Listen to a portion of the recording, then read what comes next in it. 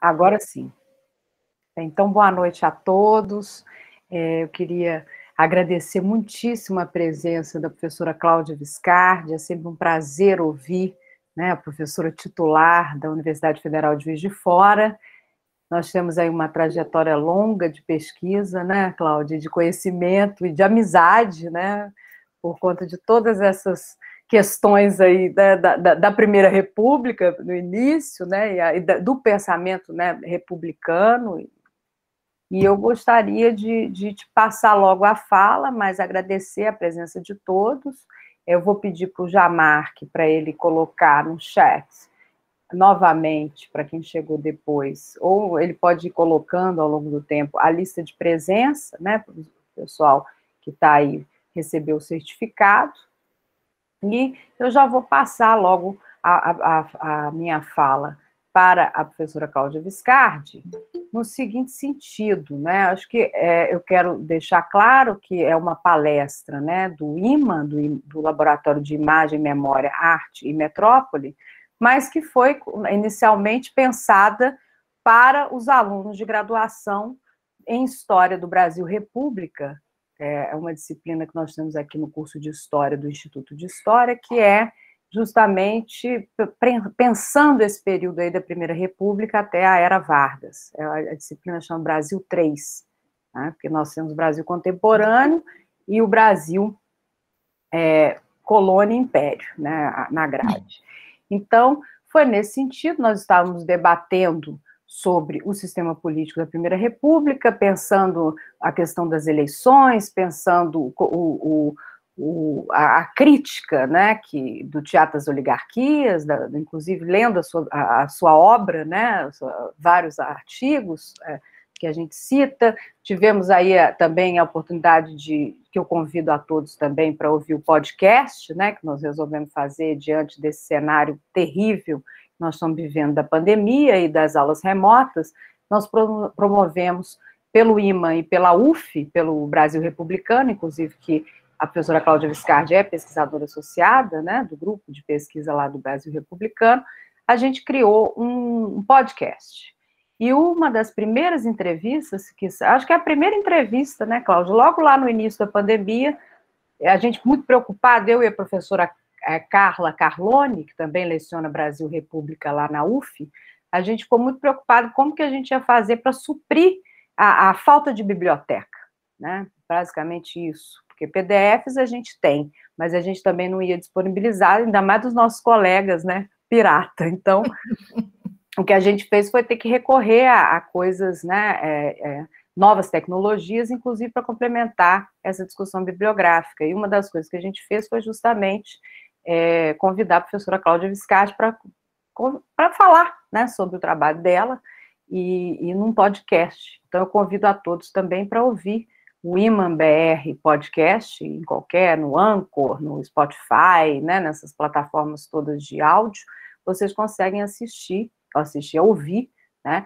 a entrevista que a gente fez com a Cláudia. E foi muito bacana, né, os meus alunos, pelo menos, eles estão usando muito o podcast, né, e ali a gente já também recuperou um pouco o interesse pela leitura dos textos, dos artigos, enfim. Aí a gente fez semana passada uma discussão sobre coronelismo, né, e eu tive a ideia, falei, não, vou chamar a Cláudia, que é a nossa especialista. E agora, no olho do furacão, né, eu acho que hoje foi, inclusive, o dia mais tétrico nesse sentido, né, porque aprovaram o distritão e é a questão, inclusive, do voto, parece, né, do segundo turno, acabar com o segundo turno presencial, enfim. Então, lá a Câmara, numa comissão, aprova isso, e eu até já tinha brincado com a Cláudia no Facebook, né, Cláudia, você não vai comentar, não vai postar alguma coisa sobre a reforma política e tal, e eleitoral, e aí foi quando surgiu o convite, né? Então é isso, Cláudia, você fica à vontade aí para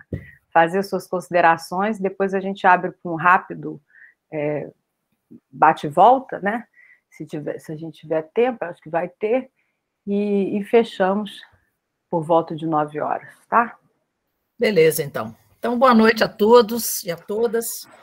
É um prazer muito grande estar aqui. Gostaria de agradecer o convite, Andréia, uma amiga de longa data, e parceira de vários congressos juntos, né?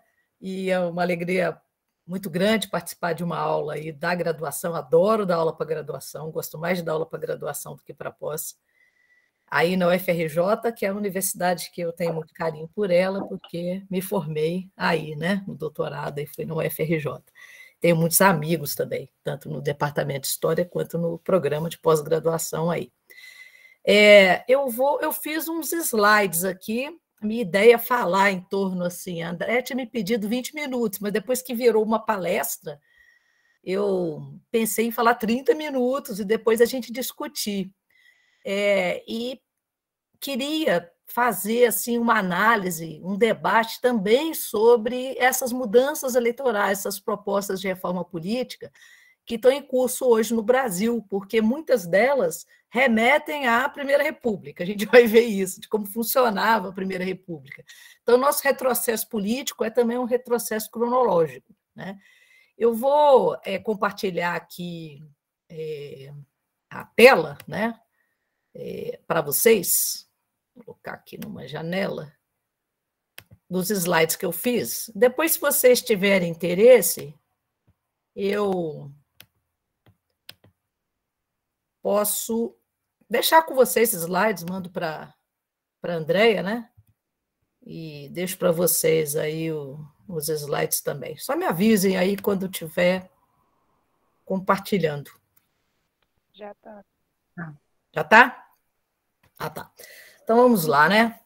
O título foi André quem deu, né? Sistema político na Primeira República, representação, participação, cidadania. Espera aí que eu não estou enxergando vocês. Pronto. Ok. Tem aí meu e-mail, tá? Quem tiver interessado em esclarecer alguma dúvida e tal. Eu vou pedir só para o pessoal tirar a câmera um pouco, para a gente não deixar tão pesado. Eu mesmo vou tirar minha câmera para ficar mais leve, sabe? Tá bom. Só. Beleza, então vamos lá. Bom, está passando para Fred, só um pouquinho. Eu coloquei 4 objetivos, né, para a gente conversar aqui hoje. Primeiro, discutir as regras do sistema eleitoral da Primeira República, analisar o funcionamento do sistema eleitoral a partir de alguns resultados eleitorais, comparar, eventualmente, porque a gente não vai ter tempo, com outros sistemas eleitorais, tanto do Império quanto da Segunda e da Terceira República, e, se der tempo, discutir, com base nessas reflexões de como funcionava o sistema eleitoral na Primeira República, discutir um pouco essa proposta política em curso. Para a gente estudar a eleição na Primeira República, eu venho estudando eleição praticamente a vida toda. Mais recentemente, né, eu estou com um grupo maior que está discutindo processos eleitorais, o pessoal lá da USP, aí também da FGV, né, no CPDOC, a gente tem feito alguns trabalhos em conjunto. Em geral, quais são as nossas principais fontes? Aqui eu já coloco também para ajudar vocês, caso vocês tenham interesse nesse tipo de pesquisa, onde buscar, né, resultados. A imprensa, claro, é sempre muito importante para qualquer estudo da história, inclusive da história política, tanto a imprensa escrita quanto a imprensa ilustrada. Os diários do Congresso, o que são os diários do Congresso? São as sínteses, como se fosse um jornal publicado pelo próprio Congresso, que sintetiza os debates que estão todos registrados nos anais parlamentares. Só que os anais parlamentares são muito chatos de serem lidos, né? Porque é discurso de deputada, aquela chatice, aquela oratória muito complexa, né? Para não dizer outra palavra, que era comum nos bacharéis do período. Então, ler anais parlamentares realmente eu não atribuo nem aos meus bolsistas, porque eu tenho pena deles. Já o Diário do Congresso é um resumo do debate parlamentar. Então, eles são publicados toda vez que tem reunião do parlamento, então é uma mão na roda a gente ter acesso a esse tipo de documento. Os resultados eleitorais, que normalmente estão disponíveis nos diários do Congresso e em outras fontes secundárias, né, que são publicadas, livros de memória, né, tem livros que publicam boletins eleitorais, a gente se vale desses resultados. As atas das contestações, porque qualquer processo na Primeira República qualquer fase do processo eleitoral, você podia contestar resultado, então você tem a ata das contestações. Todo esse material está disponível online, tá? No site do Congresso Nacional. Os regimentos da Câmara e do Senado, regimentos internos, para vocês terem uma ideia, a tão famosa política dos governadores de Campos Sales consiste numa mudança do regimento da Câmara, né? E então você estudar o regimento é importante para você entender como é que funcionava o legislativo e o impacto disso na renovação do executivo. Os dicionários de época são indispensáveis, a gente que dá valor à história dos conceitos, é importante a gente entender como aquele conceito político era instrumentalizado e manipulado no período em que ele foi usado, então identificar o significado de alguns conceitos políticos é fundamental. Esses dicionários, infelizmente, não estão disponíveis online, né? Só tem um que eu peguei lá de Portugal, que era um dicionário Rio-Lisboa, mas a maioria você pode encontrar fisicamente na Biblioteca Nacional ou na Biblioteca da Casa de Rui Barbosa, que tem vários deles lá. Livros de memórias, diários pessoais, qualquer escrita de si, né, também são fontes importantes. Os debates parlamentares, que estão nos anais, as leis eleitorais, que estão todas disponíveis na internet, e as próprias constituições, né, do Brasil, que também estão disponíveis na internet. Bom, para começar, então, essas são as fontes, né, nas quais eu me baseio. Primeiro, falando um pouco sobre quem tem direito a votar na Primeira República. Homens maiores de 21 anos, exceto praças de pré-enclausurados, desde que sejam alfabetizados. Na verdade, na lei eleitoral, no primeiro decreto, que é o decreto 200A, logo no iniciozinho da proclamação da República, não se diz que as pessoas têm que ser homens, né? Nem na Constituição de 1891 diz que são homens, diz cidadãos maiores de 21 anos. Então, a princípio, o voto da mulher não estava proibido.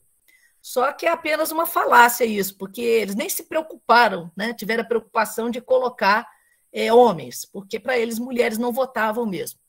Só que esse artigo ficou fluido, né? Mesmo com a reforma eleitoral de 26, ele não foi alterado.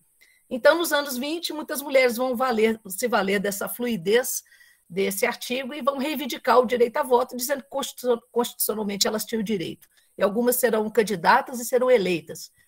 No estado do Rio Grande do Norte, nós temos as primeiras, né, que se candidatarão e serão eleitas com base nessa fluidez do artigo. Maiores de 21 anos, em relação à Lei Saraiva, que é o último código eleitoral do Império, votavam maiores de 25 anos, então houve uma redução da faixa etária. Não podiam votar pessoas que viviam enclausuradas, como o caso do Praça de Pré, que é aquele cara que está servindo no exército, ele fica preso no quartel, como o pessoal religioso, que está na clausura. Por que eles não podem votar? Porque parte do princípio de que quem está enclausurado não tem informação, não tem notícia do que está acontecendo, logicamente não tem condição de exercer o voto de forma consciente. E os analfabetos, pela mesma razão. Os analfabetos não leem, né? Uma visão muito preconceituosa de quem não sabe ler, não sabe o que está acontecendo, portanto, não tem condição de votar. O voto censitário foi extinto, né? Ele prevaleceu até o período imperial, mas só podiam votar os letrados. Nessa tabelinha ao lado, a gente vê o índice de analfabetismo no Brasil, que é um índice absurdo, né? Nós temos em torno de 80% de analfabeto, pelo menos até 1900. E a gente vê que entre 1900 e 1920, nós aumentamos o número de analfabetos, não diminuímos. Então, o melhor que a gente já conseguiu é ter aí em torno de 67% de analfabetos no Brasil. Por isso é que o voto é tão pequeno, né? O índice de coeficiente eleitoral na Primeira República é tão baixo. O grande obstáculo ao sufrágio universal é o nível de alfabetização. Isso é o grande obstáculo, não tem jeito. Obstáculo esse que só foi removido na Constituição atual, a de 1988. Foi a primeira vez que o analfabeto teve direito a votar e o sufrágio, de fato, virou um sufrágio universal. Já a mulher passou a votar a partir do Código Eleitoral de 32, depois foi reafirmado na Constituição de 34, e o voto era facultativo, né? E o fato do voto ser facultativo inibe muito a participação eleitoral e aumenta muito o nível de abstenção. O alistamento se tornou obrigatório no Código Eleitoral de 32 e o voto se tornou obrigatório na Constituição de 34. Uma outra especificidade é a ausência de uma justiça eleitoral. Esse é um problema sério da Primeira República. Por quê? Nós temos 3 poderes, executivo, legislativo e judiciário. Já tínhamos 3, né? A partir da extinção do poder moderador, passamos a ter 3. Um é eleito, 2 são eleitos, o executivo e o legislativo. O judiciário, até hoje, né, é o único poder não eleito, de forma direta. Então, nas democracias, o judiciário é que tem que organizar o processo eleitoral dos outros 2 que são, né, objeto de eleição. Como na Primeira República não havia justiça eleitoral, a justiça eleitoral é de 1932, todo o processo era organizado pelo próprio legislativo e pelo próprio executivo, eles que coordenavam o processo da eleição. Claro que, com o passar do tempo, há uma maior intervenção progressiva do Poder Judiciário sobre o processo eleitoral. De forma que, quando a gente cria a Justiça Eleitoral em 32, não significa uma grande ruptura, que as pessoas que querem enaltecer o mito de Vargas sempre acham que com Vargas aconteceu tudo aconteceu depois de 30, inclusive a Justiça Eleitoral. Só que, desde 1916, o Judiciário já controlava o processo. Ele já intervinha sobre o processo de apuração das eleições, de redação das atas. Houve um processo progressivo de intervenção e controle do judiciário sobre o processo eleitoral, de forma que a criação da justiça eleitoral foi o clímax desse processo, uma evolução desse processo, não foi nenhum salto, né?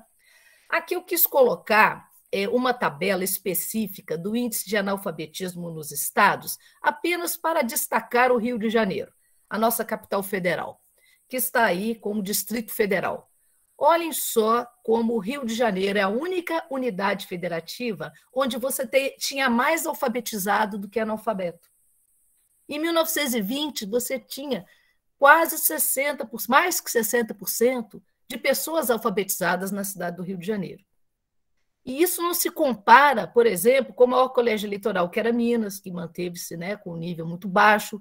O Rio Grande do Sul era a segunda unidade federal com maior letramento, assim mesmo nem se aproximava do Rio de Janeiro.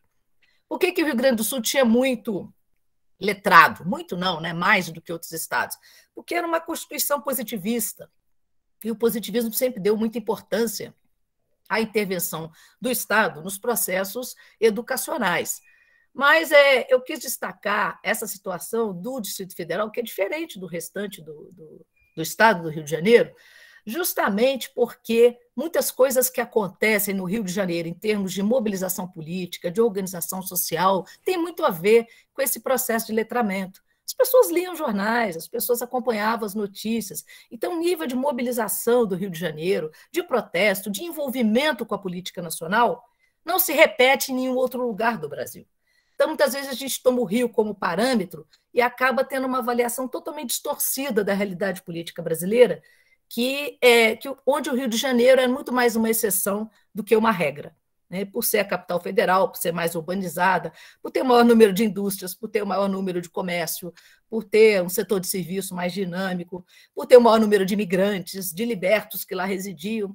Então, é uma unidade federada que, embora a gente ache que é o retrato do Brasil, é muito mais uma exceção do que a realidade brasileira.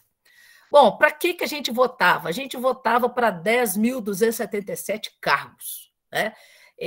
No Império não havia eleição direta. A grande inovação da República, em termos de ampliação da cidadania e da democracia, é estabelecer eleição direta em todos os níveis.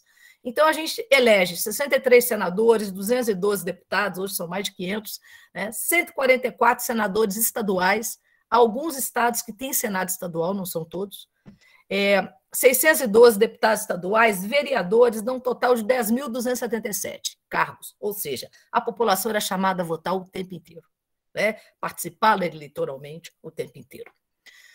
Uma questão, quando a gente pensa em voto na Primeira República, é o voto a descoberto, né? É o grande temor que a gente tem hoje com o voto impresso, é o voto deixar de ser secreto, e era também um temor que tinha entre os republicanos. A gente sempre coloca na nossa cabeça que na Primeira República o voto não era secreto, porque nós tivemos campanha pelo voto secreto, tivemos tenentes fazendo revolução pelo voto secreto e tivemos Vargas instituindo o voto secreto com o Código Eleitoral de 32.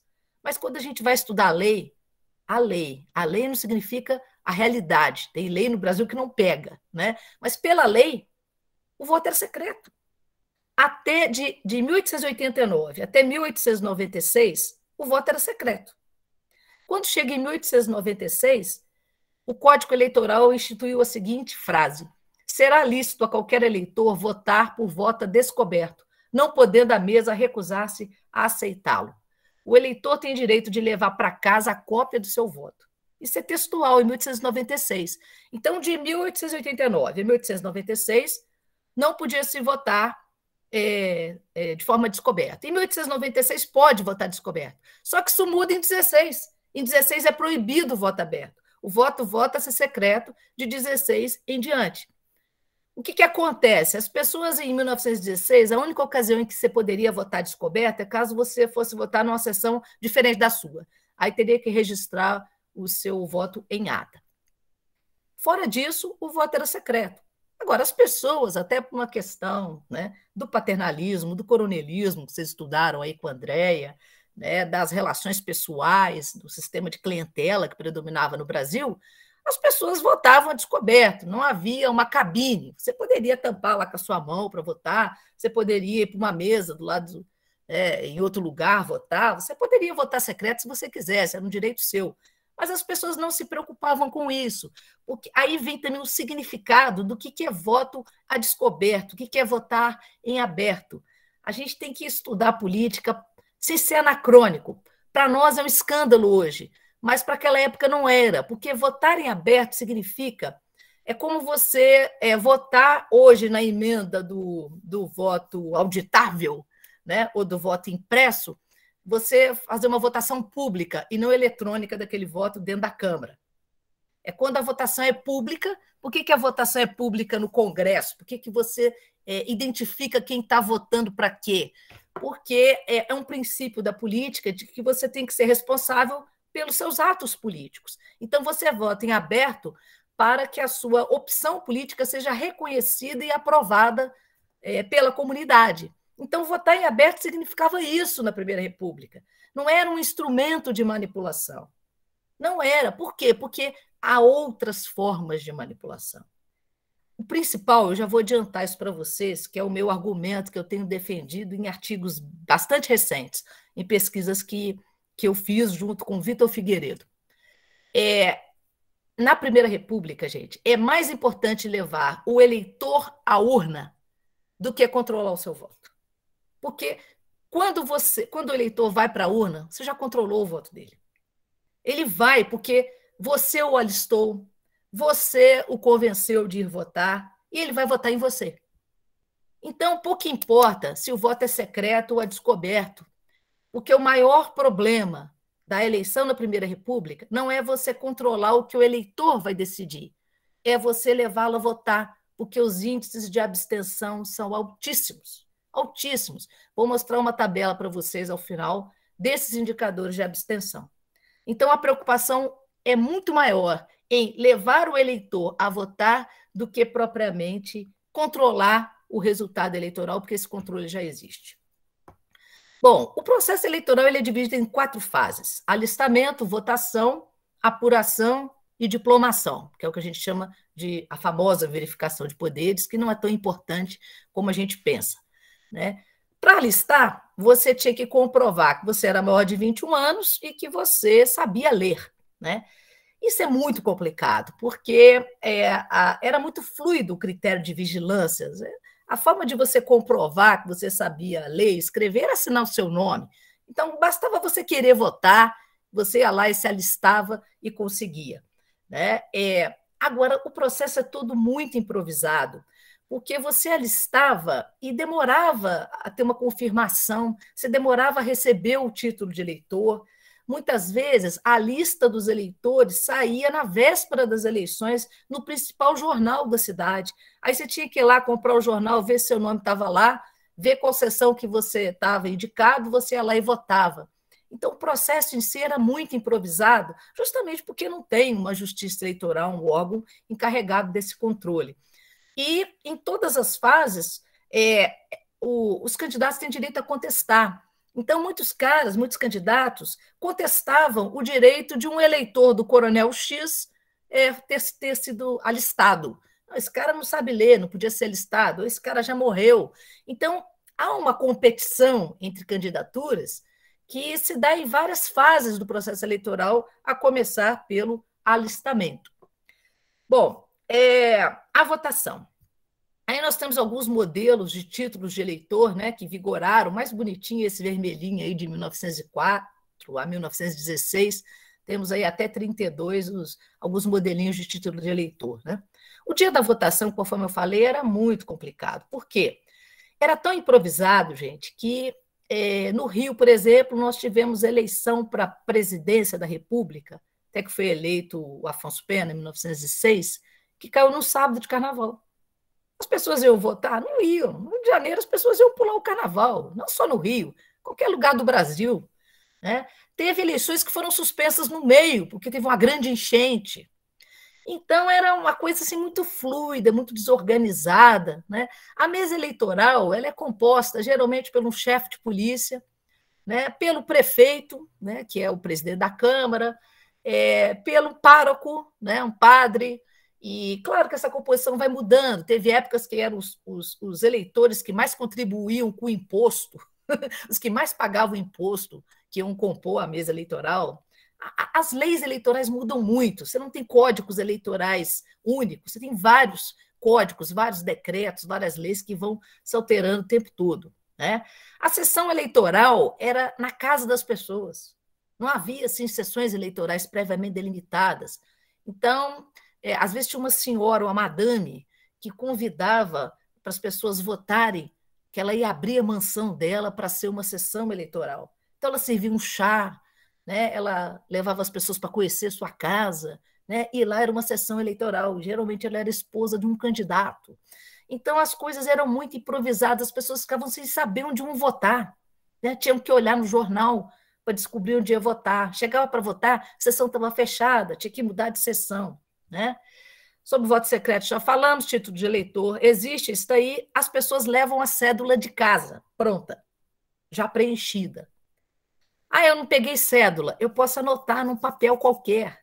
Então, eu pego o papel lá, não tem cédula, pronta. Você traz a cédula ou você faz a cédula ali na hora e deposita sobre a urna. Claro que uma das razões para a abstenção, além dessa desorganização, é o medo da violência. Havia muita violência. Havia os capangas de determinados coronéis, principalmente no interior do Brasil, nas capitais menos, obrigavam a pessoa a ir votar, né? Pegava a pessoa em casa, obrigava ela a votar na marra, e ai dela se não fosse votar, né? Já contando que o voto seria daquele coronel para o qual o jagunço trabalhava. Nesses momentos também eram permitidas contestações, então havia denúncias de que aquela urna não estava funcionando bem, que aquela sessão estava fechada e tudo mais. A apuração é feita no próprio município. No município se alista, no município se vota e no município se apura e registra as atas. Essas atas de todos os municípios, quando são eleições federais, né, não são eleições municipais, elas são reunidas e vão para as capitais. Na capital, a partir de 1916, você passa a ter o judiciário fazendo a apuração, né? Não a apuração, mas a contagem das atas.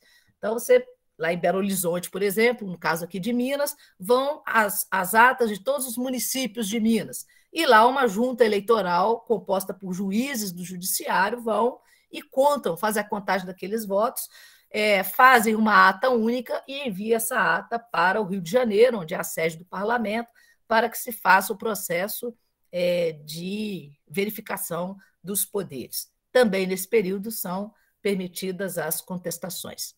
A fase que é considerada mais clássica, que é a verificação de poderes, ela existe desde o Império, mas a gente acha que verificação de poderes só existe na Primeira República, né? A Comissão de Verificação de Poderes ela foi criada em 1823, um ano depois do Brasil ficar independente, e ela existe até hoje, tá? Existe diplomação de deputados até hoje. Como é que é esse processo? As atas, uma vez redigidas nas capitais dos estados, vão por correio para o Rio de Janeiro, por correio. Imaginem vocês que uma das causas da Revolução de 30 está na perda de atas, né? As atas de Minas, que indicavam quais deputados haviam sido eleitos por Minas Gerais, nunca chegaram no Rio de Janeiro. Nunca chegaram, porque o Correio desapareceu com essas atas, né? E por isso Minas ficou sem ter como diplomar os seus deputados, e foi uma das razões em que Washington Luiz interveio para que 14 deputados de Minas fossem degolados, não fossem reconhecidos, e aí Minas ficou irada e começa a conspirar ao lado do Rio Grande do Sul e da Paraíba pela queda do governo de Washington Luiz. Então, o transporte das atas por correio. Quando as atas chegam no parlamento, o parlamento anterior, ele que vai ser responsável por avaliar e aprovar ou não o próximo parlamento. Então, são criadas 5 comissões de inquérito, e essas comissões, os deputados se dividem lá e passam a analisar todas as atas, ver quais eram verdadeiras, quais eram falsas, quais que têm problemas, quais que não têm. Gente, esse processo demora 2 meses. Por quê? Porque quando a comissão de inquérito não chega a uma conclusão, vai para o plenário. E no plenário, os deputados que foram derrotados nas comissões contratam advogados para os defender, apontando fraudes, contestando resultados de vários lugares. Isso está tudo registrado nos diários da Câmara. Então, isso é um processo longo, duradouro, complicado, extremamente complexo, cujo impacto é muito menor do que a gente percebe. Por quê? Porque o número de degola, vocês podem ver aí por essa tabela, ele é em torno de 11% das candidaturas, né? Exceto em períodos muito conturbados da Primeira República, que é o caso aqui de Hermes da Fonseca, né, em que você teve 30% de degolados.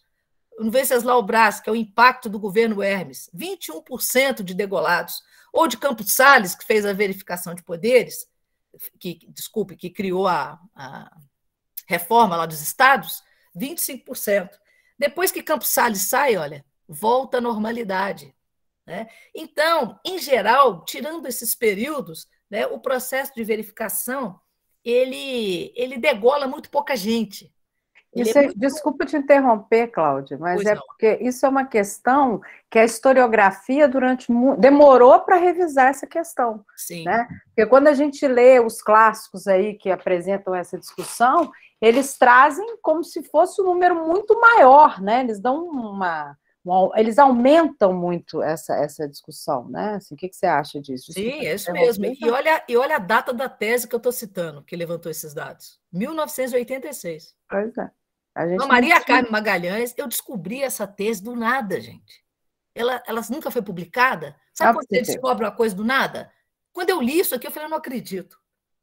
Aí eu comecei a falar disso, mas ela já falava em 1986. Eu descobri isso em 2010, 2011.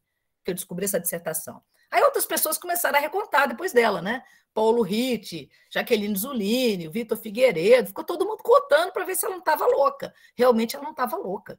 Os números são muito aproximados. O Paulo trabalha com 11%, ela com 10,8%. Então, a tese dela estava certinha. Aqui, em relação aos estados, olha, tem estado que degola mais. Né? No caso do... Deixa eu ver se tem DF aqui. Eu acho que não tem DF, não. Tem só Rio de Janeiro. Tem estado que degola mais. Olha Minas Gerais como degola pouco, né? 3,32%. Por quê? É um partido unificado. Não briga muito.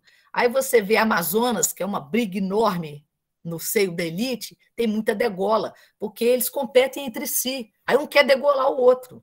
A mesma coisa do Espírito Santo. Deixa eu pegar o Ceará, tem um colega do Ceará aí, 17% Ceará, é sinal que a elite está brigando muito. Bahia sempre brigou muito, quase 24%. Distrito Federal tem 17,69%. Então, aí tem por estados. Acaba que estados que brigam muito degolam mais, aí acaba distorcendo a estatística, né? Sobre o quadro partidário. O André, fica de olho no meu tempo aí, quando faltar 5 minutos, você me avisa? André, você me avisa. Pode deixar que eu te aviso. Quadro partidário, que eu perdi o controle do horário aqui. Quadro partidário. A gente não tem partido nacional em maioria na Primeira República. O federalismo foi, de fato, muito impactante na definição do ordenamento político desse período. Então, você tem estados realmente autônomos e a política se dá de forma autônoma. Então, você tem partidos regionais. Tem partidos nacionais? Tem. Partido Comunista Brasileiro, de 1922, ele é um partido nacional. Nós tivemos o Partido Republicano Conservador, que foi criado em 1910, só durou 4 anos. Tem o PRF, né, que é o Partido Republicano Federal, que foi criado no governo Prudente de Moraes, só durou 4 anos. Tem o Partido Socialista. Então, mas, em geral, os partidos fortes mesmo são os partidos regionais. E temos muitos partidos municipais também. Então, você tem o Partido Católico, você tem partidos corporativos, você tem o Partido da Lavoura, Partido dos Cafeicultores, partidos industriais. Então, você tem alguns partidos que se organizam por categoria profissional, você tem alguns partidos municipais que só disputam a eleição municipal, mas o que disputa mesmo com força para ganhar a eleição são os partidos regionais, que é o PRM, o PRP e vários outros, né? O sistema eleitoral em síntese, né? Conforme eu falei, a gente tem várias mudanças eleitorais ao longo do tempo. Qual que é a marca registrada? O sistema é distrital, né? Ele é distrital, não é distrital misto, não é distritão, ele é distrital. Listas abertas. O que é uma eleição, o voto distrital, gente? É quando você divide o número de vagas pelo número de habitantes, eleitores, na verdade, e você divide os distritos de forma que você vote num deputado que é representante do seu distrito. Então, Minas Gerais, por exemplo, tem 12 distritos em relação ao seu número de população e 37 deputados. Então, os distritos têm que eleger esses 37 deputados, só que você tem candidatos por distrito. Você não pode votar num candidato de outro distrito. E esse distrito eleitoral, ele obedece a uma divisão territorial, a uma divisão das antigas comarcas, né, lá judiciais, do Império, do Brasil Colônia, do Brasil Império, e ao número de habitantes daquele distrito. Toda a capital é sede de um distrito, tá? Só para vocês terem uma ideia. Então, você vota naquele eleitor daquele distrito. Você não pode votar num deputado de Minas, como é hoje, né? Se eu quiser votar num deputado de Belo Horizonte, eu posso. Eu sou de Juiz de Fora. Posso votar no deputado de Belo Horizonte. Se fosse voto distrital, eu só poderia votar do distrito, que é a minha cidade ou parte da minha cidade. Pode ser parte da minha cidade, se a cidade for grande demais. As listas são abertas, quer dizer, você não vota em um candidato na Primeira República. Você pode votar, por exemplo, no caso de Minas, vou dar um exemplo do caso do Rio, 17 deputados, né, Distrito Federal, tem lá 17 deputados. Você pode votar numa chapa votando em 17 deputados, você vota nos 17, que é a chapa oficial, situacionista. Há períodos em que você é obrigado a deixar 3 vagas em branco. Quer dizer, você vota na chapa completa, que são 14, as 3 últimas você vota em quem você quiser, fora da chapa, que a gente chama candidato extra-chapa. É um pouco complicado, se vocês não entenderam, eu explico no debate. Ou tem fases que você faz lista cumulativa, que você vota 5 vezes no mesmo candidato. Aí os seus 5 votos vão para aquele candidato. Você tem direito a 17 votos, né? São 17 deputados, tem direito a 17 votos. Mas eu quero votar 17 vezes só num cara. Aí eu posso, né? A lista cumulativa. A reserva para minoria é aquele 1/3 que você deixa na cédula para você votar em quem você quiser. Candidaturas independentes, você pode votar sem ser de um partido. Você se lança candidato. Você não precisa estar ligado a um partido, você pode ter uma candidatura independente. E as pessoas podem votar mesmo sem você ser candidato. Vota em você. Eu gostei da Cláudia Viscardi, vou votar nela para deputada agora. Eu gostei dela, eu vou votar. Mas ela não é candidata, não interessa. Rui Barbosa recebeu votos depois que ele morreu. Várias pessoas votaram no Rui Barbosa porque não sabiam que ele tinha morrido. Você podia votar em qualquer um, né? E o voto extra-chapa é aquele cara que está fora da chapa eleitoral, você vota nele. Processo complicado, mas porque mudava muito. Sobre as eleições presidenciais, né? Ocorreram 11 eleições presidenciais na Primeira República, 11 processos sucessórios.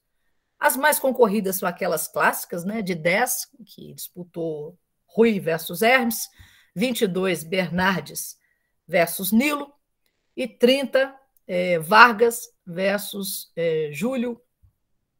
Oh, meu Deus, Júlio. Esqueci o nome do Júlio, não sei se é o Júlio Prestes. Daqui a pouco eu lembro. Em todas essas eleições, houve um aumento contínuo da participação. Depois eu vou mostrar um gráfico para mostrar como que o número de eleitores vai aumentando com o passar do tempo. As abstenções, eu falei para vocês no início, eram muito significativas. A média de abstenção ao longo da Primeira República foi de 56%. Então, o problema não é que poucos votam, é que esses poucos que votam, têm direito ao voto, não comparecem. 56% em média é muito grande. Depois eu vou detalhar esses números. A eleição que teve menor participação foi a de Rodrigues Alves, em 1902. E a que teve maior participação foi de Epitácio Pessoa, em 1919. O voto em branco era uma estratégia incentivada por opositores. O cara sabia que ele não ia ganhar, aí ele incentivava a abstenção ou incentivava o voto em branco. Vou mostrar esses números para vocês. Aqui tem todas as eleições. Aqui os números da abstenção. Espera aí. Está na tabela seguinte. Está aqui. Indicadores de abstenção. Nós temos aqui as eleições que foram disputadas, né, dos 11 pleitos, o número de eleitores em cada eleição, o percentual de comparecimento e o percentual de abstenção. Olha só a eleição de 1919, que você teve 79,74% de abstenção, que é a de Epitácio, né? E você tem uma eleição, a segunda com maior abstenção, é a de 1918, que é do Rodrigues Alves, que ele morre antes de assumir. Depois você tem a terceira com maior abstenção, é a de 26, que é de Washington Luiz, 77,46. A que teve menor abstenção, olha só que legal, a de 22, que foi a do Bernardes versus Nilo, né, que era uma eleição disputada, teve pouca abstenção, e é do Campos Salles, né, 22,27. A gente não sabe explicar por que teve a do Campos Salles tão pouca abstenção, né? São coisas que a gente não tem resposta ainda, tem que estudar mais. Aqui tem as eleições presidenciais com os resultados do primeiro em relação ao segundo colocado. Realmente, o candidato situacionista ganhava de muito, né? Não tem nem como você comparar. Olha a eleição do Afonso Pena em 1906. Ele teve quase 300 mil votos, em segundo lugar teve 4.865. É humilhante, né? Agora, o resultado eleitoral é uma loucura, que tem, assim, a lista, você podia votar em quem você quisesse. Então, você podia votar, mesmo que não fosse candidato, você podia votar no seu marido, por exemplo. Então, tem vários resultados de um voto, o cara teve um voto, né? Ele votou nele mesmo. A mulher não podia votar, porque a mulher não votava, o exemplo foi ruim. Mas ele votou nele mesmo, então ele tem um voto, né? E olha a eleição de 10 que foi disputada, o Hermes 403.867, o Rui 222.822. E depois a de Vargas lá, em último, né? O Júlio, que eu esqueci o sobrenome, lá de São Paulo. Gente, é Júlio Prestes, eu não estou doida, não. Júlio Prestes, o outro é o Luiz Carlos Prestes, maluca. Júlio Prestes. Então, o Júlio Prestes teve 1.091.000 e o Vargas teve 742 mil. Foi eleição razoavelmente disputada. Aqui é a quantidade de voto, um gráfico que mostra o número de eleitores, como vai aumentando ao longo do tempo, né? Em momentos que tem um pico maior, momentos que tem queda, e a gente termina no ápice, né? Aumentando aí a participação dos eleitores, né? Indicadores de abstenção nós já vimos. Agora, algumas considerações finais, antes da gente falar um pouco sobre hoje, mas a gente pode falar aí no debate, se eu tiver extrapolado muito tempo. Bom, algumas considerações finais. Primeiro, como a gente nota, né, o processo era confuso e desorganizado, né? Não tinha uma instituição única que controlava o processo. As eleições para os parlamentos eram mais competitivas. Eu tenho uma hipótese, que a gente está desenvolvendo essa hipótese, a gente não tem comprovação ainda, que as eleições nos municípios para vereadores são mais competitivas do que as eleições para a presidência da República, né? Isso é quase certo, parece óbvio, porque está muito próximo o eleitor e o município ele controla o processo, então o grau de competição de uma eleição para vereador é muito maior do que uma competição para presidente da República, né? A gente sempre trabalha com a perspectiva de que as eleições eram competitivas e que a fraude faz parte da competição, né? O uso da fraude, a fraude é o principal mecanismo de competição eleitoral. Todo mundo frauda, quem está no poder, quem está fora do poder, né? Eleições para a presidência tinham altíssimo nível de abstenção. A gente está verificando agora as eleições nos distritos para ver se tem o mesmo nível de abstenção das eleições majoritárias. A verificação de poderes tinha menos importância do que supunhamos, bem como as fraudes à definição dos resultados. É preciso romper com o discurso da demofobia e de que 1932 foi uma ruptura. O que é o discurso da demofobia? Você achar que a elite quer controlar o voto e fazer fraude, fazer o voto de cabresto, impedir que o eleitor vá à urna. Não. A elite quer que o eleitor vá à urna, ela faz esforço para o eleitor ir para a urna. Ela faz um esforço sobre-humano. Ela pune fraude, ela cobra multa, ela prende candidato, ela exige organização. As elites estão querendo que a coisa funcione. E funcionar significa o eleitor ir votar. Ele sabe que o eleitor não vai votar contra ele. É assim até hoje, pessoal. É assim até hoje. Tem um texto do Limonge que eu estava lendo hoje, discutindo com a minha turma, em que ele fala isso, sobre as eleições no pós-45. Como é importante alistar. Quando você consegue alistar, o cara que consegue controlar o listamento, ele tem um controle sobre o resultado eleitoral. Isso no pós-45. A cidadania política é um longo processo que envolve um acúmulo de experiências contínuas. Não é de uma hora para outra que a gente inventa a justiça eleitoral e que a gente vira uma democracia. A Primeira República não é democrática, ela é oligárquica. Mas o Vanderlei Guilherme dos Santos falava muito que a Primeira República é uma democracia em botão. Eu gostava dessa imagem. É como se a gente estivesse desenvolvendo ali uma série de experiências que, uma vez acumuladas, nos conduziriam aos processos democráticos futuros, a democracia de massa que nós temos hoje. Mas é um longo processo de acúmulo de experiência, de debate, de luta política. Não é uma coisa que acontece de uma hora para outra com uma canetada, com uma carta constitucional. A partir de agora, vocês vão ser democráticos. Não é. Tanto é que a gente está vivendo a maior crise da democracia que a gente já viveu, da nova república, né? Já tivemos crises piores, eu acho que no pós-45, mas estamos vivendo numa crise terrível da democracia, que prova para a gente que democracia não é algo dado, que não vem com uma canetada, ele é objeto de disputa o tempo inteiro. Né? Muitas das coisas que a gente, pelo nosso viralatismo, considera distorção, como controle do voto, abstenção, baixo índice eleitoral, aconteceram no mundo todo. O voto feminino, por exemplo. Demoramos a ter o voto feminino. Ao contrário, fomos das primeiras nações a ter o voto feminino. Teve nações europeias que tiveram voto feminino só depois dos anos 40, ou nos anos 70, 1970. Aqui tem muita fraude. Olha, tinha fraude no mundo inteiro. Né? Fraude sempre existiu. Tem vários. Se você lê livro de ciência política, você vê lá relatos de fraude, a fraude como parte do processo eleitoral. Então, o voto do analfabeto, só aqui no Brasil que o analfabeto não votava, não. Em vários lugares do mundo o analfabeto não votava e tem analfabeto que não vota em alguns lugares do mundo até hoje. Então, tem que parar com o viralatismo, né, e ver a gente se inserir no contexto da América, se inserir no contexto internacional para entender o nosso processo eleitoral. Né? E precisamos aprofundar pesquisas sobre município, sobre estado, para a gente responder algumas dúvidas que a gente não tem resolvidas até hoje. Né? No nosso sistema aí, a gente tem mais dúvida, mais pergunta do que propriamente resposta, né, para as questões que eu trouxe aqui para vocês.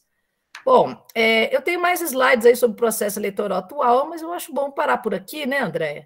Eu estava pensando se você podia colocar esses slides, porque agora a gente está... Faltam 5 minutinhos. Assim, então vou só passar os slides. Eu acho que você podia passar os slides, mas assim, eu, inclusive, porque a gente acha que quer te ouvir um pouco nesse sentido de uma comparação, né? Sem cometer anacronismo, a gente não gosta muito de negócio de anacronismo, bem que eu gosto, né? Mas nas artes, na cultura, enfim, eu acho que na cultura política é complicado. Né? Mas você falando da Primeira República, a gente o tempo inteiro está pensando nessa reforma contemporânea aí que nós estamos vendo aí, inclusive usar essa palavra, né, e essa forma de distrito, né, distritão, sim, voto distrital. Então, eu acho que todo mundo está querendo te ouvir um pouco mais nesse sentido, né? Então, essa vai ser a minha pergunta. E depois... Coloquei uma bibliografia aí, depois vocês vão ter acesso, tá? E coloquei o slide aí, alguns slides sobre a proposta de reforma política, né? É importante dizer que a gente tem feito reformas políticas paulatinas e algumas foram importantes, como, por exemplo, o fundo público, né, partidário, para evitar a doação e manipulação dos empresários dos processos eleitorais, dos resultados eleitorais, a cláusula de barreira, que foi implantada também para evitar partidos nanicos, e o grande problema da democracia brasileira, o grande problema não, um dos grandes problemas, é o excesso de legendas partidárias. Nós temos mais de 30 legendas partidárias, tem aumentado desde o início da democracia no Brasil. Então, tem que realmente, não há democracia com essa quantidade de legenda, né? Um partido político, ele tem que ter ideologia, não adianta, ele tem que ter um programa, ele tem que ter uma definição ideológica, né? Por isso que alguns cientistas políticos acham que a democracia do pós-45, do ponto de vista partidário, era melhor que a nossa. Porque você tinha lá, né, pelo menos 4 partidos clássicos, né, que representavam setores diferentes da sociedade civil, que era o trabalhismo, os comunistas, né, a direita liberal e um partido mais ou menos de centro aí do PSD. E hoje, com essa infinidade de partidos, as pessoas não têm compromisso com o programa, não têm compromisso com ideias, então ela precisa restringir a cláusula de barreira, foi importante nesse sentido. Agora, a proposta que se anuncia ela é terrível em todos os sentidos. Primeiro, o que se propõe? Né? Se propõe, as coligações partidárias foram impedidas, foram proibidas na última reforma. Por quê? Porque isso ajuda a fortalecer o partido. Então, pequena legenda que se coliga com uma grande legenda e acaba elegendo deputado numa legenda de aluguel, né? Como que o PRN que elegeu o Collor ou o PSL que elegeu o Bolsonaro, eles eram partidos mínimos, legendas de aluguel, que por conta da coligação conseguiam se manter. Então, eles estão querendo retomar as coligações partidárias. É uma proposta que está em curso. A outra proposta, essa é ridícula, né? É acabar com o segundo turno. Que o eleitor, eu não sei se vou conseguir explicar bem, mas ele pode votar em até 5 candidatos em ordem decrescente de preferência para a presidência da República, acabando com o segundo turno. Aí, os 2 primeiros, né, que fariam, teoricamente, o segundo turno, eles não precisam disputar um segundo turno. Por quê? Porque você vai examinar a preferência das pessoas, né, aquelas pessoas que votaram, sei lá, no Dória em primeiro lugar, no Moro em segundo e no Jair Bolsonaro em terceiro, esse voto vai para o Jair Bolsonaro no segundo turno, entendeu? Porque dos candidatos que foram para o primeiro, ele foi o preferido de um número lá de eleitores. Não sei se me fiz entender, né? Aí você faria o primeiro e o segundo turno num processo só, porque as pessoas iam votar em ordem até 5 nomes. Bom, outra proposta é o distritão. Essas propostas já foram todas aprovadas nas comissões, elas vão para o plenário, vão para a Câmara, depois para o Senado, depois retorna à Câmara. O que é o distritão? O distritão é você considerar, no caso das eleições para presidente da República, o Brasil como um grande distrito e são eleitos os mais votados no Brasil inteiro, em cada estado ou em cada município. Só para explicar, as eleições presidenciais já são assim. O mais eleito vai lá, o mais votado vai lá para o segundo turno. Mas as eleições para o executivo, tanto o presidente da República, quanto o governador, quanto o prefeito, já é assim. O mais votado, em termos absolutos, é eleito. O que muda no distritão são os votos para o legislativo. Porque nós vivemos hoje um sistema proporcional.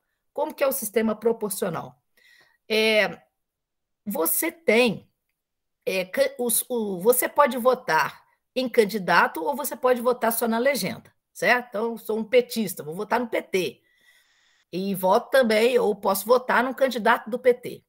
Se eu somar todos os votos dados aos candidatos do PT, no Rio de Janeiro, por exemplo, e aos votos de legenda para o PT, eu vou ter lá, sei lá, 1 milhão de votos para os candidatos do PT ou para a legenda do PT. 1 milhão de votos no conjunto de votos do Estado do Rio significa quantos por cento? Significa 13%. Logo, o PT vai ter 13% das cadeiras da Assembleia, né, Federal ou da Assembleia Legislativa. Quem vai ocupar esses 13%? Os mais votados em termos absolutos pela ordem, sem coligações, atualmente sem coligações, antes com coligação. Por que isso é importante? Porque você fortalece a legenda. Então, você permite que a minoria chegue ao poder. Então, o pessoal, por exemplo, você tem um grande puxador de votos como o Freixo. Freixo teve aí 300 mil votos. 300 mil votos no universo dos votos do Rio significa aí, sei lá, 3%. Então, ele tem direito a 30%, não, 3% é pouco, né? Ele tem direito a 10%. 10% das cadeiras dão, sei lá, 8 deputados. Tudo são números aleatórios, estou chutando. Aí vai o Freixo mais os 7 seguintes. Então, o Freixo leva 7 deputados super mal votados para o plenário. Ah, é ruim porque o cara foi eleito com pouco voto? Não, porque aí você tem condição da minoria chegar ao poder. De um partido pequeno, conseguir chegar ao poder. E uma democracia se faz com partidos fortes. Se você tem um distritão, só os grandes puxadores de votos, os mais conhecidos, é que serão eleitos. A minoria nunca vai chegar ao poder no distritão. Meu Deus do céu. Nunca vai chegar. Porque quem que vai conseguir ser eleito? Quem já é conhecido. Não, e quando você pensa no Rio de Janeiro, Cláudia, quando você pensa em quem é mais votado no Rio de Janeiro, olha, realmente é o fim. Qualquer lugar do Brasil, é um inferno. É um inferno. É um inferno. Qualquer lugar do Brasil. Os grandes puxadores, pessoas mais conhecidas, são aquelas que vão ser eleitas. Então, o índice de renovação da Câmara, que é historicamente no Brasil em torno de 40%, desde o Império, a cada eleição se renova 40% da Câmara, só mudou nessa última eleição do Bolsonaro, que foi uma eleição em todos os sentidos bastante atípica, foi maior que 40%, isso vai acabar, não vai ter renovação nenhuma. São eles que estão lá que vão continuar. Aí sim vai ser Campos Salles na veia. Né? Então, eles não passa a ser proibido o voto em legenda, né? E os votos das pessoas que votaram em candidatos derrotados, vamos supor que você votou no Glauber Rocha, e ele foi derrotado. Né? Seu voto não valeu nada. Porque antes, pelo menos, seu voto servia para a legenda, ajudava o pessoal a construir uma legenda forte. Agora ele não vale nada. Então, quem votou num cara que não foi eleito, você só perdeu na eleição, você perdeu foi tempo. Eles falam que o distritão é um caminho para se atingir o distrital misto. O que é o distrital misto? É a mistura do distritão com o sistema atual. Então, você tem 50% das vagas vão ser proporcionais, 50% vão ser para os mais votados. Eles falam que isso é a meta. Mas o que adianta você aprovar um entulho para depois você chegar à meta? Vamos fazer igual a Dilma, né? Atingir a meta, quando a gente atingir a meta, a gente dobra a meta. Bom, sobre as cotas eleitorais. Pelo projeto, atualmente, né, há uma exigência de 30% de cotas para as mulheres e afrodescendentes. Né? Pelo projeto, votos dados a mulheres e negros seriam contados em dobro. Isso já não garante 30%. Nós temos hoje em torno de 15% de mulheres no parlamento. Aí os votos dados às mulheres seriam contados em dobro. E aos negros também. Não sei de onde tira isso. É facultada a criação de partidos regionais. A Primeira República, voltando aí. Mulheres podem usar cotas em benefício de outros candidatos. Mulher fala, não quero ser candidata, não, eu vou dar minha cota para um outro candidato homem. Olha que loucura isso. Né? Anistia a todos que não cumpriram com as regras da eleição passada. Vários partidos não cumpriram com a regra das cotas, serão todos anistiados. Fundão eleitoral. Esse aqui é o principal motivo dessa reforma eleitoral, gente. Follow the money. Só seguir o curso do dinheiro.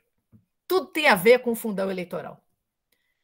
A princípio, né, você tem uma série de limites e punições para o uso do fundo eleitoral. Vão desaparecer esses limites como um todo. Primeiro, as multas só não poderão passar de R$30 mil. Muitas coisas consideradas crimes eleitorais vão ser consideradas apenas penalidades. Você resolve pagando uma multa, tipo levar o eleitor para a urna de carro, é proibido. Fazer boca de urna, é proibido. Aí tudo isso vira uma multa de 30 mil. Então, os crimes eleitorais vão virar multas. Caixa 2 vai virar uma multa que você vai pagar com o próprio dinheiro do Caixa 2. Todo o sistema de prestação de contas é desmantelado. Ele é reduzido, porque fala que a prestação de conta é muito trabalhosa e o TSE não dá conta. O Supremo Tribunal Federal e o TSE, eles vão ter todas as penas que eles identificarem só poderão valer depois de um ano. Né? Não são de imediato, quer dizer, o cara não perde o mandato, só depois de um ano. É o descontrole do fundão, é para isso que essa reforma está sendo feita. Partidos e pesquisas eleitorais. Quem mudar de partido perde o mandato, mas com a garantia do fundo partidário. O partido não perde aquele fundo partidário. As pesquisas eleitorais só poderão ser divulgadas até a antevéspera das eleições, com publicação de percentual de acerto nas últimas 5 eleições. Olha que coisa ridícula, percentual de acerto. Uma pesquisa eleitoral não tem garantia de acerto. As pessoas no Brasil mudam o voto nos últimos 2 dias, na semana da eleição. Então, a possibilidade de acerto, por isso que tem margem de erro. Isso é censura, né? Censura clássica à imprensa. E a proposta que está aí encaminhada pelo Cunha, né?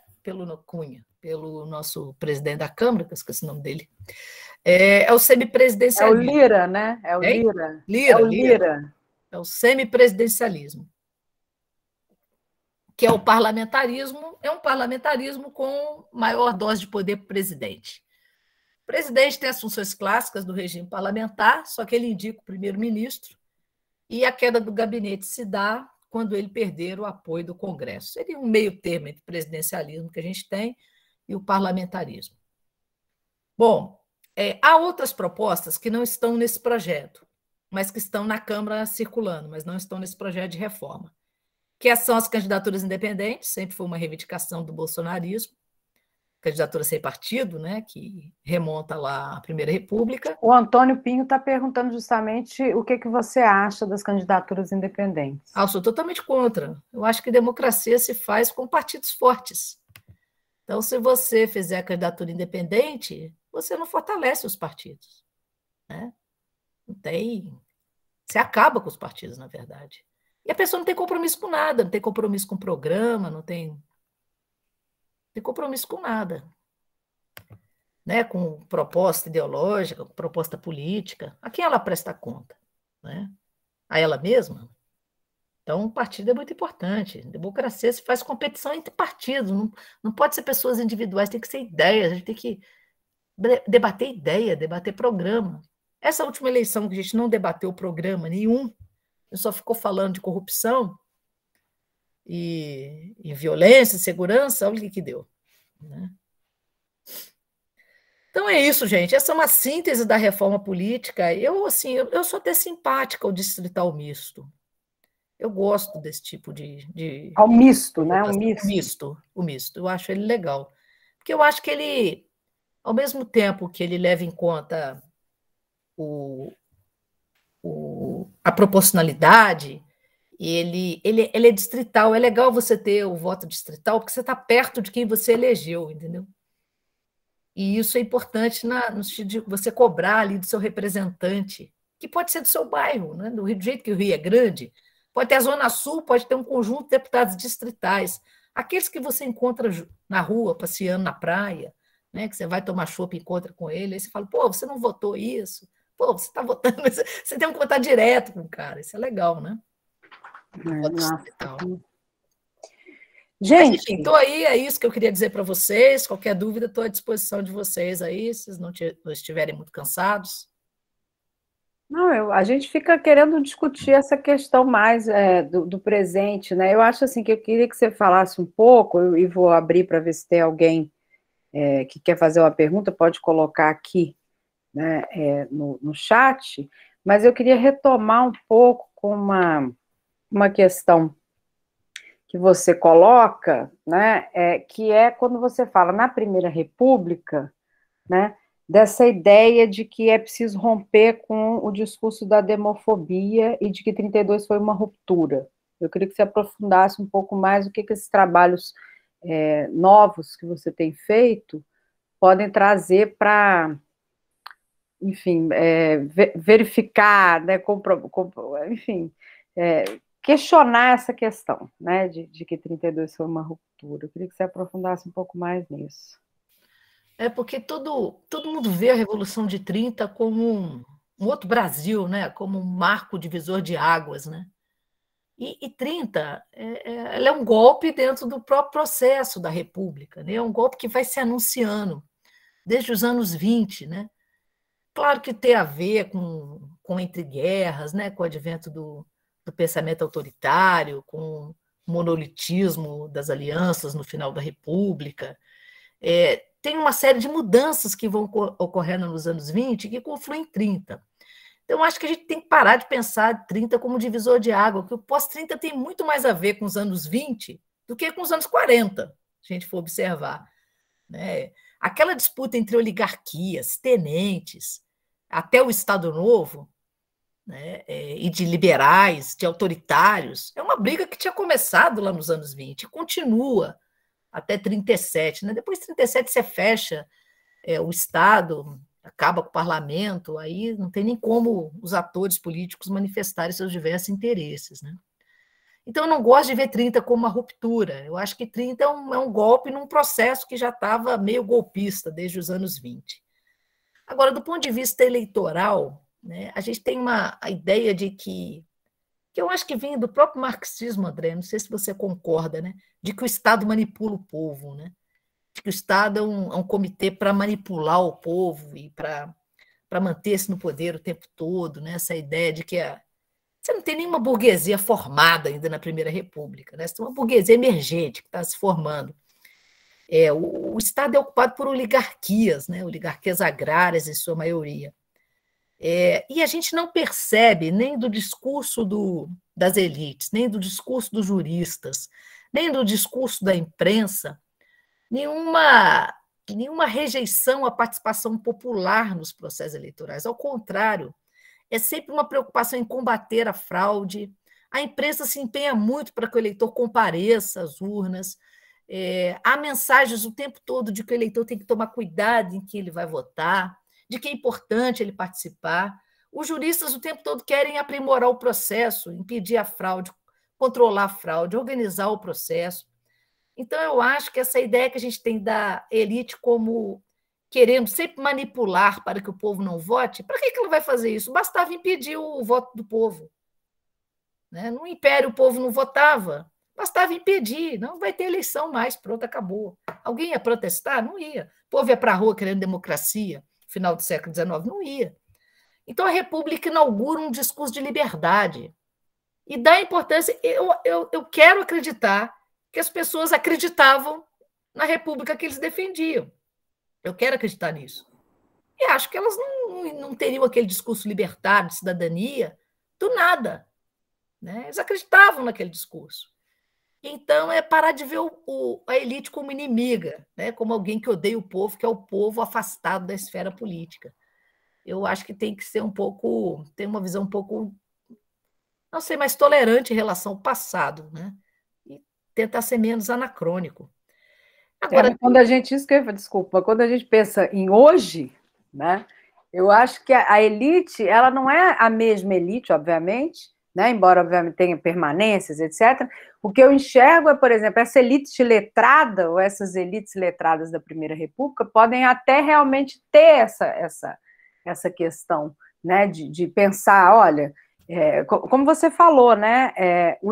Acho que teve um momento na sua fala que você fala isso, que na Primeira República é mais importante você levar o eleitor a votar do que controlar o resultado, né? Agora, aqui nesse momento que a gente vive é completamente distinto, né? E essas elites também agora, então, eu queria que você falasse um pouco como é que você enxerga isso, porque quando você estava falando, inclusive, da questão partidária e etc., eu falei, pois é, mas você tem bancada, né? A bancada da bala, bancada, né, como é que é? Boi, bala e Bíblia, né? Enfim, você tem inclusive, essa renovação que você falou, não do Bolsonaro, então, mas de 2014, né? 2016, do impeachment, quem votou o impeachment? De Dilma. 2014. Essa foi, para mim, eu sempre falava, gente, vocês estão comparando isso ao parlamento da Primeira República, mas eu brincando aqui com meus alunos, eu falava, é o pior parlamento da história republicana brasileira. Nós colocamos, assim, o pior. Agora eu não sei, porque até acho que vai piorar mais ainda, pelo que você está me falando, quando sair a coisa dessa proposta de reforma, né? Porque se você ainda vai ter essa questão do voto, né, da perda desse equilíbrio, né, de legendas, etc., eu acho que a coisa vai degringolar de uma forma pior do que era a Primeira República. Enfim, eu queria que você falasse um pouco sobre isso, nessa comparação aí, né? Assim, É muito difícil, são dois sistemas muito diferentes, né? A gente vive numa democracia de massa hoje, então você tem um sufrágio universal, né? Com expansão de cidadania, sociedade civil organizada. É muito diferente da Primeira República, muito diferente. Talvez quem tenha mudado menos tenha sido as elites. As elites talvez sejam as mesmas, provavelmente são aparentadas, né? A grande maioria delas são herdeiras, tanto herdeiras do capital político, quanto do capital financeiro, do capital econômico, do capital intelectual, né? Talvez o que tenha mudado menos no sistema sejam as próprias elites, né? Mas o sistema é totalmente diferente, né? Não, eu acho que a gente é legal comparar com o pós-45, eu acho que tem mais a ver a República hoje com o pós-45. Eu acho que na Primeira República é muito diferente.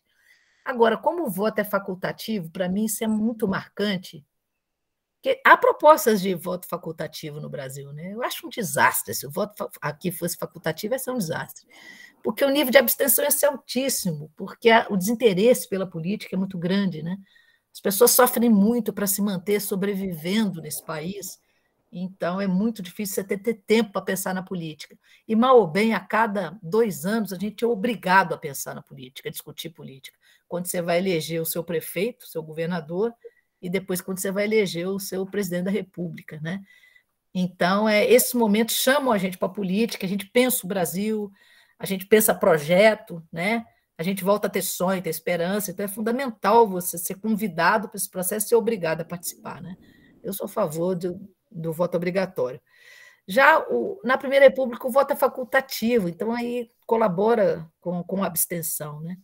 Eu acho assim, tão diferente que talvez é difícil comparar. O que eu acho assim, a gente sabe que cultura política é de longa duração, né, André? Então, esse paternalismo, esse patriarcalismo das nossas elites, esse atraso, esse conservadorismo, talvez isso seja bastante semelhante, né?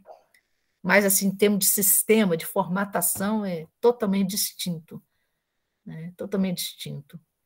Quando você fala, por exemplo, ó a Primeira República voltando aí, né? Tem várias questões que você apontou que a gente vê realmente um lastro, né? E eles se inspirando aí nesse. Acho que está no imaginário, né? Está no imaginário, essa coisa do voto facultativo, do voto independente, da candidatura independente, do voto em lista aberta, que estão falando lá no Congresso a possibilidade do voto em lista aberta, do voto distrital, a gente querendo ou não, o voto distrital é da Primeira República. Sim. Olha só. O distritão é da Primeira República. Ai, meu Deus, olha só, eu fico angustiada. Você foi falando da proposta que eles têm lá, que eles estão discutindo, realmente é uma loucura. Eu estou pedindo a bibliografia aqui, mas eu vou mandar os slides para a Andréia, e a Andréia passa para vocês, e lá tem toda a bibliografia que eu usei. Eu já até falei isso. Olha só, o Rodrigo Aguiar está fazendo uma pergunta que eu acho interessante aqui. Ele falou, professor, e a figura de Assis Brasil também não é supervalorizada? Muito se fala dele como figura absolutamente decisiva para a moralização das eleições. Ele foi tão importante assim? Acho que não. Acho que o Assis Brasil, Partido Libertador, né? Ele é um liberal e ele é oposicionista. Então, assim, ele defende alguns pressupostos liberais e não autoritários. No momento que ele aparece para o debate político, ele está debatendo ali com o Bernardes, e o Bernardes está em estado de sítio, ele é extremamente autoritário. Aí o Assis Brasil é o grande condutor de um movimento de oposição à reforma constitucional e ao estado de sítio. Então, ele aparece como um libertário, porque ele está vivendo num contexto extremamente autoritário. Mas é de um liberalismo conservador. É a mesma coisa o Rui Barbosa, né? A gente elogia o Rui pelo seu caráter liberal, mas no meio daquele conservadorismo autoritário em vigor, ele se destacava.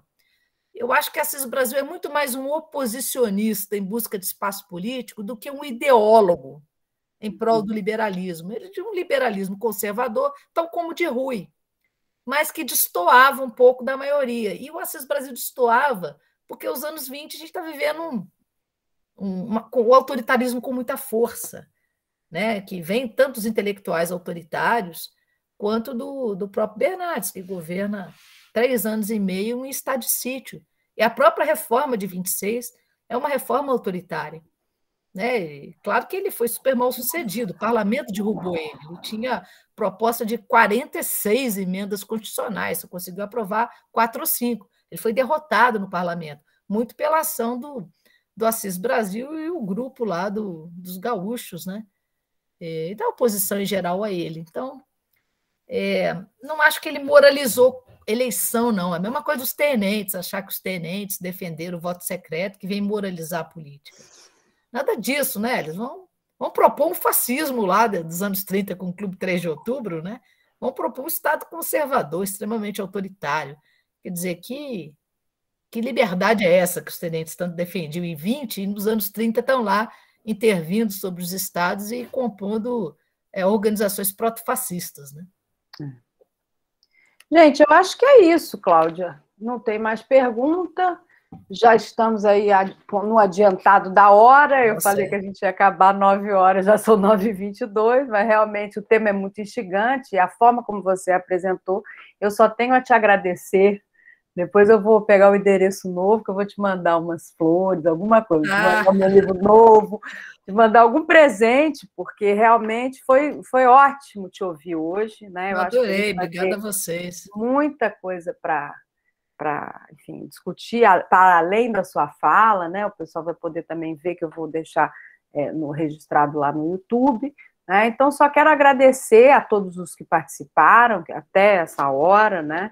E, enfim, dizer que você está sempre convidada a vir falar com a gente sobre essas pesquisas incríveis que você sempre realizou de uma forma... Eu fiquei, quando você estava falando, eu estava lembrando da coisa da ler ata, ler aquelas coisas todas lá na Casa Rui, né? Na pesquisa da Casa Rui, né? Que eu vejo você, eu lembro assim, veio a minha imagem, você sentada ali, lendo aquelas atas, eu falava, meu Deus do céu. É chatice sem fim, né? E fazendo aquelas tabelas todas, eu falava, meu Deus, assim, eu admiro muito, porque eu realmente não tenho a menor condição, ainda mais ler aquelas atas todas que você leu, realmente é excelente, né, poder contar aqui com a sua participação em coisas que você falou que eu não faço a menor ideia, não fazia, né, agora até anotei, nós vamos pegar o PowerPoint, vou mandar para o pessoal que pediu a bibliografia, e para os meus alunos vai ser incrível, que a gente vai poder continuar essa discussão, inclusive para além, né, comparando depois também com o pós-30, né. Olha, a Letícia fez levantou a mão. Ai, prof, eu não sou da instituição de vocês, eu sou da PUC aqui do Rio Grande do Sul, mas eu queria muito também o acesso aos PowerPoints da prof. Então, me pede, Letícia, você anotou meu e-mail aí? Anotei, tenho. Tá, me pede que eu mando para você. Ah, perfeito, tá. Obrigada. Mas ela também fez a inscrição, eu vou enviar os certificados, e aí eu posso, assim que você mandar para mim, eu posso encaminhar também. Manda aqui a pouco. Então tá, gente. Tem meus aqui também. Ó, eu tô achando barato, porque era uma coisa rápida, né? Era para ser uma coisa simples e tal, e acabou que tem gente do Ceará, tem gente de Pelotas. Sim, tem gente, uma das coisas boas do ensino remoto, é isso, né? Eu achei muito legal, eu te agradeço muitíssimo. Não, eu que agradeço, estou te esperando aqui para a visita. Também, vamos acabar de imunizar todo mundo. Tem que trazer a família toda.